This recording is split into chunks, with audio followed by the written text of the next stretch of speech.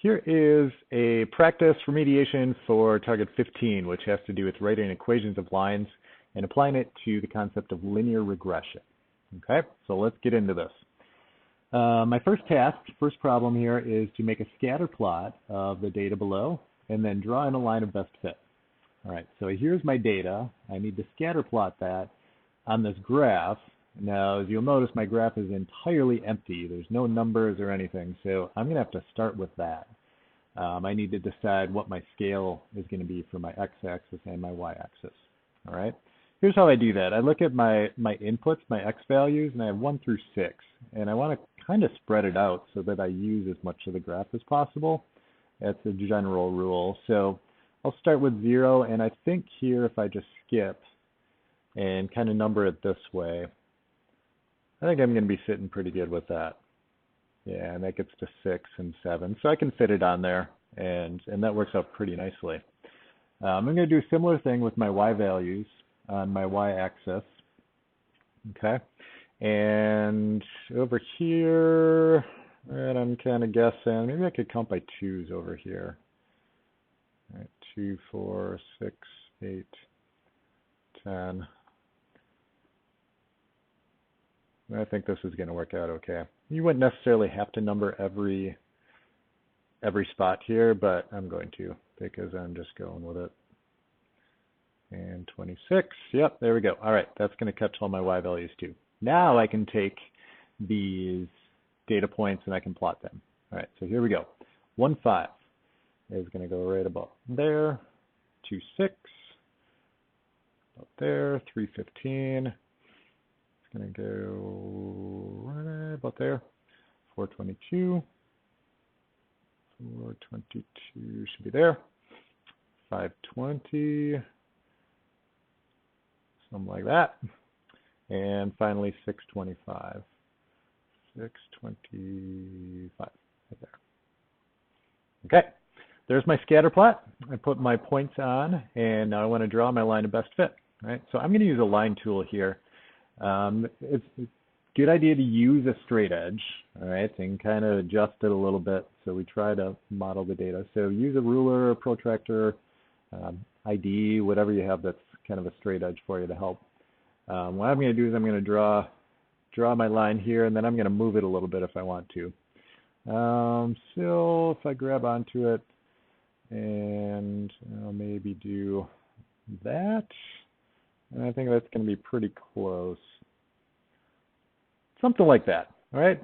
And yours might be a little bit different. This isn't perfect. We're just kind of coming up with a general rule. And I think that's totally okay. Close enough, all right? So there we go, scatter plot with a line of best fit. All right, now my goal here is to write an equation that models this line, because if it models this line, then in general it models this data, right? So we can have a conversation about what the trend is or what it's doing. We can make predictions, right, which is one of the follow-up problems we're going to have here. Okay, so to write our equation of any line, right, we use this form y equals mx plus b, right, and that's what my task is going to be here with my line. Now to do this, I need 2 pieces of information. I need to find this value, which is my slope of the line, and then I need to find this value, which is the y-intercept of my line, or the start of my line. Okay, so first thing is slope. I'm gonna go with that, and I have a little hint here to use these 2 points, and I think that makes sense with what I drew as well. If you look at my line, the 2 points that are kind of the closest are 1, 5. That's actually on 1, 5, I would say. And then right here is 625, and that's awfully close as well. So I think these are 2 reasonable points to use, all right, to get started with my slope. All right, for you slope formula folks, here it is as a reminder. I need the rise of my line, which is the difference of the y values, over the run, which is the difference of the x values. Ugh. Whoops, x2. All right, I'm going to try that again, x2 minus x1. There we go. All right, so here's my 2 points. You can choose which one you want to be point 1 and point 2. It really doesn't matter as long as you're consistent, all right? So what I mean by that is if I call this x1, then this has to be y1. All right? And then this would be x2, this would be y2. All right? That's okay. If you did it vice versa, that's all right too. All right, here we go. y2 minus y1. So y2 is 25. I subtract y1, which is 5, over x2 is 6. I subtract x1, which is 1. All right, and I'm going to work this out. 25 minus 5 is 20, over 6 minus 1 is 5. 20 divided by 5 is 4. All right, I just very quickly found my slope using the slope formula. Okay, so I'm going to go ahead and erase my m. If you wrote in and you can't erase it, just write this below. All right, I'm going to do some erasing as I'm going here. All right, and I'm going to write in this slope here, y equals 4x. All right, halfway done. I still need to find my y-intercept, this b value. Okay, and to do that, and again, I'm going to make some more space here. So if you need to find a little spot on your page, go ahead and do that. But I need more space here. So, all right, to get back to your y-intercept, I need to pick one of these points, and I'm going to use it. All right. Now, I could look at my graph and get a general idea of where my y-intercept is going to be, right? And it's looking like, well, somewhere between 0 and 2, maybe really close to 0. All right. But what I'm going to do is I'm going to use a point. In fact, 1, 5 is my best point maybe. It's right on my line. And here's what I do. This is an x and a y value that have to work in my equation. All right. So I'm going to make my equation so that it does work. All right, like this. I'm going to take this y value of 5 and I'm going to put it here. Okay, so 5 equals, and then I know my slope is 4, so 4 times, and I'm going to do parentheses because instead of multiplying by x, I'm going to use the number 1, all right, the value of 1. So that's my x, here's my y, and then plus b,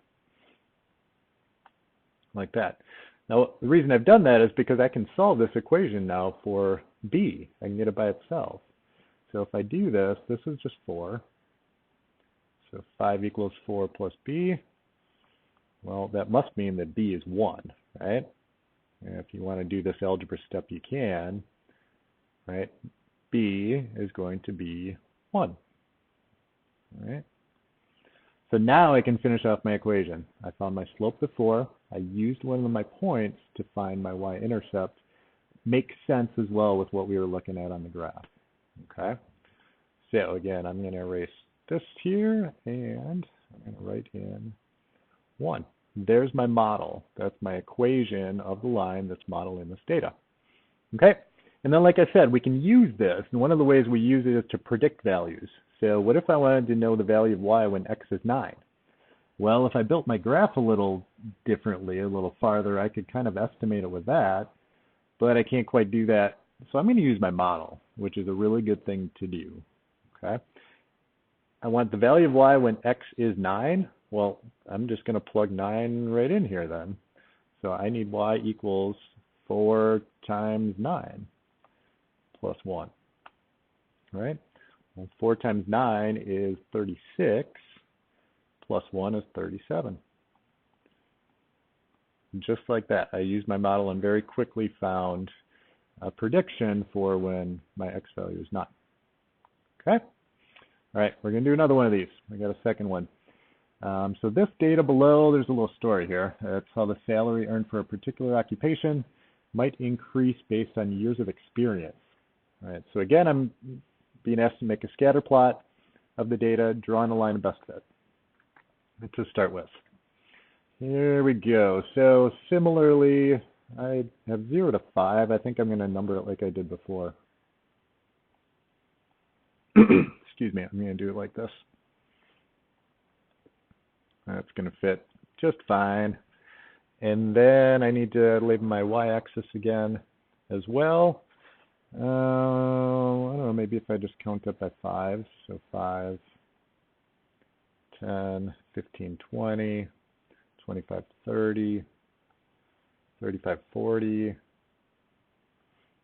45.50. All right, that's not the best. I mean, most of my data is going to be down here, but it's okay.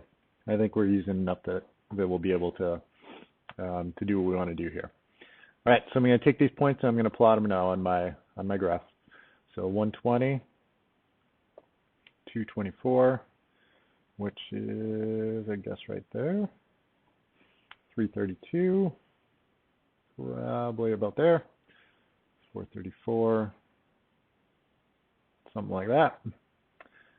540 will be right on there. Okay, so just 5 data points. They're kind of making a nice line though. It's looking like, isn't it? I'm going to use my line tool again. Again, it's a good idea for you to use a straight edge, and then you can kind of manipulate it around, right? Because I just drew this line and I don't like that. I need to move it a little bit. So if you have your straight edge, you can move it to kind of where you want it, right, before you draw your line. I kind of like that, and that's going to go through these 2 points, which is kind of good. I think that's going to be useful. Okay, there's my scatter plot. I drew a line that sort of best fits the data, right? I'm going to write an equation. Okay, so again, I'm going to use 2 points. Now, I don't have a hint as far as what 2 points to use on this one, but I'm looking at the 2 that are really close to my line. It's that one, so 120, and I would definitely say this one, 540. Okay, so I'm going to use those 2. I'm going to use my slope formula, and I'm going to take 40 minus 20. So I'm saying like this is my y2 minus my y1. That's my rise. And then my run comes from 5 minus 1 then. So that's going to be 20 over 4, which is 5. All right, so my slope is 5. All right, I'm going to write that over here just to keep track. I'm not going to write my equation until the end, all right? But I have my slope, okay? I need to find my y-intercept. Now, again, I can kind of guess at it here, and, well, right here, my arrow's right on 15, so it should be maybe around 15, okay? I'm going to erase this work so I can do a little more work to find my intercept. And again, to do it algebraically, I'm going to pick a point, and I'll just use this one. These are really nice numbers, okay? So, again, y equals, my slope is 5, so I'm going to do this, 5x plus b. I don't know what b is, right? So what I'm going to do is I'm going to take this point and I'm going to use it because it has to work in here, right? So I'm going to go here and I'm now going to erase y and x. Instead, I'm going to write in 1 for my x, so I'm going to multiply by 1, and 20 for my y. Okay, like that. And now I can solve this. Right? Well, 5 times 1 is just 5. So 20 equals 5 plus b. If I subtract 5 from each side, I'm going to get b. I'm running out of room. That's okay. I'll erase it. B equals 15. There we go. All right, so my slope is 5. My intercept is 15. Okay. I'm going to erase all this again, get it out of the way, and I'm going to write out my equation because I have my information I need. Okay, so my equation is y equals 5 is my slope times x, positive 15, so plus 15. All right, that's modeling this line, which is modeling, or it represents this line, excuse me, which is modeling this data. Okay. And again, why do we do this? Oftentimes this is useful because we can make predictions, right, based on these trends. So predict the salary with 10 years of experience. Okay, well again, if I made my graph bigger, I could kind of guess at it there, but I didn't. And it's really kind of easier to use my model anyway. Okay, so if I have 10 years of experience, I'm just going to plug 10 in for my x value, right, for my input. So y is going to equal 5 times 10 plus 15, okay, which is 50 plus 15, which is 65. Okay, so my predicted salary is 65,000. All right, and I guess that's something I didn't mention either. I took for granted that that you guys read this as I did, but I didn't mention it. This is salary in thousands of dollars, right? So that's one thing we just kind of need to have in mind. So my answer here, I'm going to write as 65,000, okay, because that is the salary, and I used my linear regression skill to predict that. And there you go.